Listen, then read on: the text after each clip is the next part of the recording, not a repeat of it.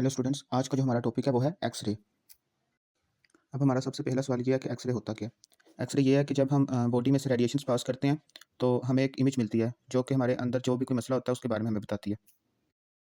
अब नेक्स्ट ये है कि कौन सी टाइप्स हैं एक्सरे की, कौन कौन सी टाइप्स हैं। तो एक तो है चेस्ट एक्सरे, दूसरी बोन एक्सरे, और जो तीसरी है वो है डेंटल एक्सरे।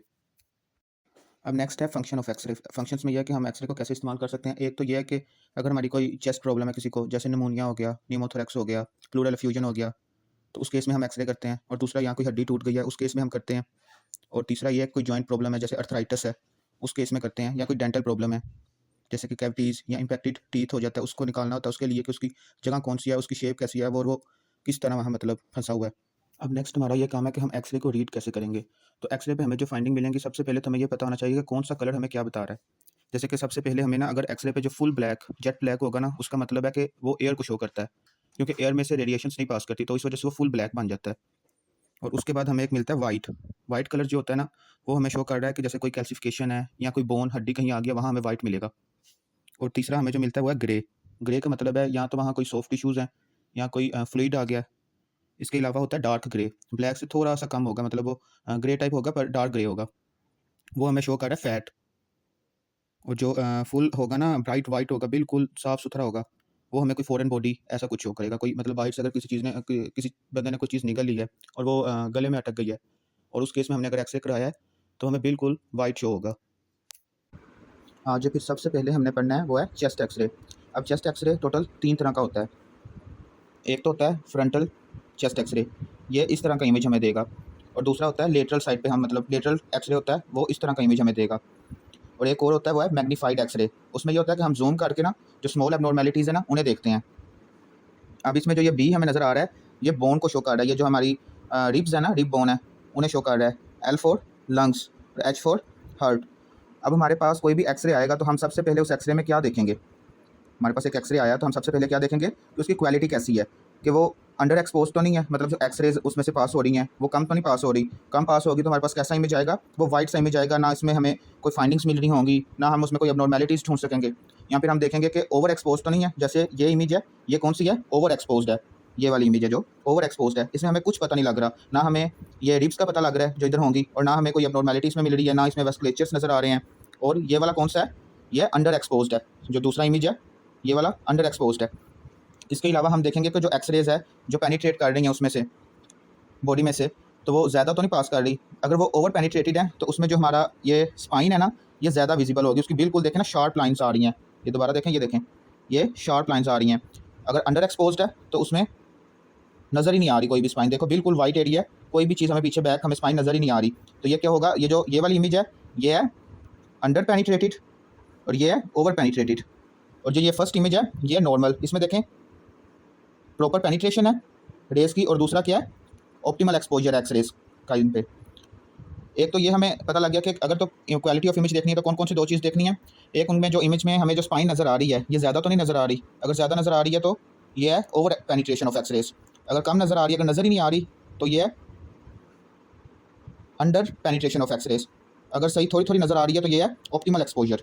अब इसके बाद हम क्या देखेंगे, इसके बाद हम देखेंगे कि एक्सरे पोस्टीरियो एंटीरियर व्यू है या फिर एंटीरियो पोस्टीरियर एक्सरे है।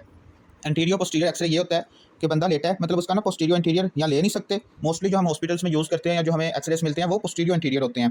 पर कुछ केसेस में पेशेंट इस हालत में नहीं होता कि उसका पोस्टीरियो एंटीरियर एक्सरे लिया जा सके। मतलब कोई ट्रॉमा का केस आया है और पेशेंट की हालत ऐसी नहीं है कि उसे खड़ा किया जाए या उसका वो वाला एक्सरे लिया जाए, तो उस केस में हम लेते हैं एंटीरियो पोस्टीरियर एक्सरे। तो इसमें यह होता है कि एक्सरेज फ्रंट से आती हैं और बॉडी में से पास करती, यहाँ बैक साइड पे जो फिल्म होती है उस पर हमें इमेज बना देती है। और पोस्टीरियर इंटीरियर व्यू में ये होता है कि एक्सरेज पीछे से आती हैं और आगे जो फिल्म होती है हमारी उधर हमें इमेज दे देती है। ये फ़र्क होता है। अब जो इंटीरियर पोस्टीरियर व्यू है, इसमें हमारे फ्रंट पे सबसे पहले क्या आएगा, आगे से रेज आ रही हैं, सबसे पहले हमारी होंगी फ्रंट वाली रिब्स होंगी ना, तो पहले इमेज पे जो सबसे अच्छा इमेज बनेगा वो फ्रंट वाली रिब्स का बनेगा। जबकि पोस्टीरियर इंटीरियर व्यू में बैक वाली जो रिब्स हैं उनका बनेगा। इसके बाद जो एंटीरियर पोस्टीरियर व्यू है इसमें हमें कार्डियोमेगाली नज़र आएगी, क्योंकि सबसे आगे हर्ट होता है, इस वजह से हमें कार्डियोमेगाली नहीं, इसमें हम ये कह सकते हैं कि हर्ट थोड़ा सा बड़ा हमें नज़र आएगा। कार्डियोमेगाली तो एक नॉर्मल टर्म है ना, तो कार्डियोमेगाली नहीं, इसमें हर्ट हमें बड़ा नज़र आएगा। ये नहीं कि हम एंटीरियर पोस्टीरियर व्यू का कोई एक्सरे देखेंगे और हम उन्हें कहेंगे कि इस पेशेंट को कार्डियोमेगाली है। हमें पहले देखना पड़ेगा कि ये एंटीरियर पोस्टीरियर एक्सरे है या पोस्टीरियर एंटीरियर एक्सरे है। जो पोस्टीरियर एंटीरियर एक्सरे है इसमें हर्ट का साइज़ नॉर्मल होगा। इसमें हम मतलब देखेंगे कि कार्डियोमेगाली है या नहीं है, उसका मैं अभी आपको तरीका बताता हूँ। ये 3 चीज़ें आपने देखने के बाद उसके बाद हमने क्या देखना है कि जो एक्सरे है वो एक्सपायरेटरी एक्सरे है या इंस्पायरेटरी एक्सरे है। इंस्पायरेटरी एक्सरे ये होता है कि हम जब कोई एक्सरे करवाने आते हैं हम उससे पहले कहते हैं कि लंबा सांस अंदर को खींचे, तो वो होता है इंस्पायरेटरी एक्सरे। उसमें हमें इमेज अच्छा मिलता है।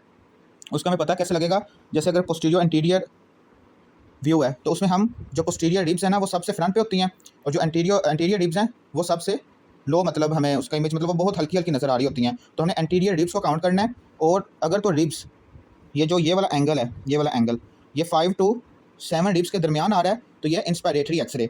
अगर इससे कम में आ रहा है तो ये है एक्सपायरेटरी एक्सरे। इसके अलावा हमें जो इसके बॉर्डर्स हैं ये देखें ना, ये बहुत ब्रीक से नज़र आएंगे इंस्पायरेटरी में, जो प्लूरल स्पेस है, जबकि एक्सपायरेटरी में ये बिल्कुल वाइट जो हमें नज़र आ रहा है, क्योंकि इसमें एयर नहीं है तो ये इनकी जो विड्थ है वो ज़्यादा नज़र आएगी। इसके बाद हम एक्सरे को रीड कैसे करेंगे, तो हमने सबसे पहले जो एक्सरे में देखनी है, हम इसका एक नेमोनिक है A, B, C और D। ए में सबसे पहले हमने देखनी है एयरवेज, बी में क्या है ब्रीथिंग और बोन्स, सी में क्या है कार्डियक, और डी में क्या है डायाफ्राम। अब मैं आपको बताता हूँ, पर इससे पहले हम ये देख लेंगे कि ये इमेज जो हमें सामने नज़र आ रहा है तो इसमें हमें कौन कौन सी चीज़ें नज़र आ रही हैं। ये नीचे जो हमें नज़र आ रहा है ना, ये वाला एक कर्व हमें नज़र आ रही है, इसे हम क्या कहेंगे, इसे हम कहेंगे एओर्टिक नकल। इसके बाद हमें ये हल्का हल्का ये हमें वेसल्स नज़र आ रही हैं, ये क्या है पल्मोनरी वेस्कुलेचर। इसके बाद हमें ये एक बोन नज़र आ रही है, ये क्या है क्लेविकल बोन।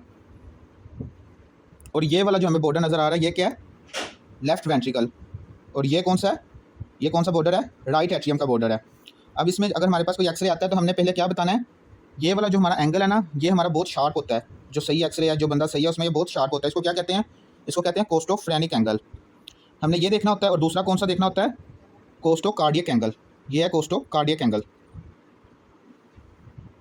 इसके अलावा ये जो आ रहा है ये क्या है, ये है ट्रैकिया, और इसकी बैक साइड पे जो हमें वाइट कलर का नज़र आ रहा है वो क्या है एसोफेगस।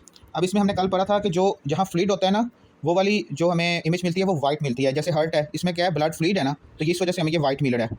इसके अलावा जो लंग्स की जो स्पेस है, लंग्स इसमें एयर है इस वजह से ये हमें ब्लैक नज़र आ रहा है।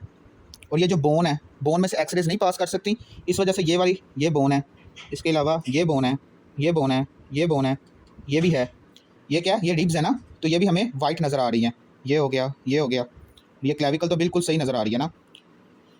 तो इस तरह हम इसे रीड करेंगे, देखेंगे सबसे पहले कोई अबनॉर्मैलिटी तो नहीं नज़र आ रही, कोई जगह ज़्यादा वाइट ज़्यादा ब्लैक तो नहीं नज़र आ रही। ये हमारे सामने जो एक्सरे है ये नॉर्मल एक्सरे है। अब मैंने आपको बताया है कि हमने सबसे पहले क्या देखना है एयरवेज देखना है, तो एयरवेज में हम क्या देखेंगे, ये हमारे पास एयरवेज है ना, ये ट्रैकिया को देखेंगे। ट्रैकिया माइल्ड राइट साइड, मतलब हम इसका डिस्टेंस देखेंगे ना क्लेविकल से इसका डिस्टेंस कितना है लेफ्ट और राइट से, ये ना थोड़ा सा राइट की तरफ ही होता है, ये नॉर्मल है। और अगर ये ट्रैकिया ऐसे हो गया तो ये राइट साइड पे पूरा डेविएट हो गया ना, तो ये एबनॉर्मल केस है।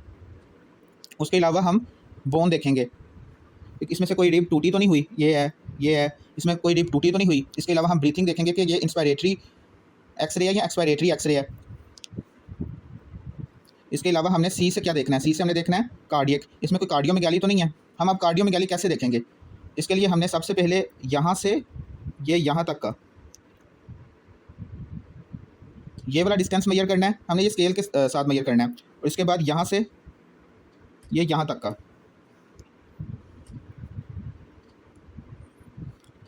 अब ये जो ग्रीन लाइन है अगर तो ये रेड लाइन के 50% से अबव हो गई है तो फिर ये कार्डियोमेगाली है। इस तरह हम ये कार्डियोमेगाली निकालेंगे, ये हमें पता चलाने में मदद करेगा कि हार्ट बड़ा हुआ है या नहीं हुआ। इसके बाद हमने डी से क्या देखना है, डी से हमने देखना है डायाफ्राम। इसमें हम क्या देखते हैं, हम एक टर्म है फ्लैटनिंग ऑफ डायाफ्राम, वो हमें कैसे पता लगेगा कि ये डायाफ्राम फ्लैट है कि नहीं। हमने यहाँ से इधर ऐसे लाइन लगानी है, और अगर ये वाला जो सेंटर वाला डिस्टेंस है ये लेस देन 1.5 सेंटीमीटर हो जाए तो इसका मतलब है फ्लैटनिंग ऑफ डायफ्राम है। अगर ये 1.5 सेंटीमीटर या इससे ज़्यादा है तो इसका मतलब है ये नॉर्मल है। इस तरह हमने ये एक्सरे को रीड करना है।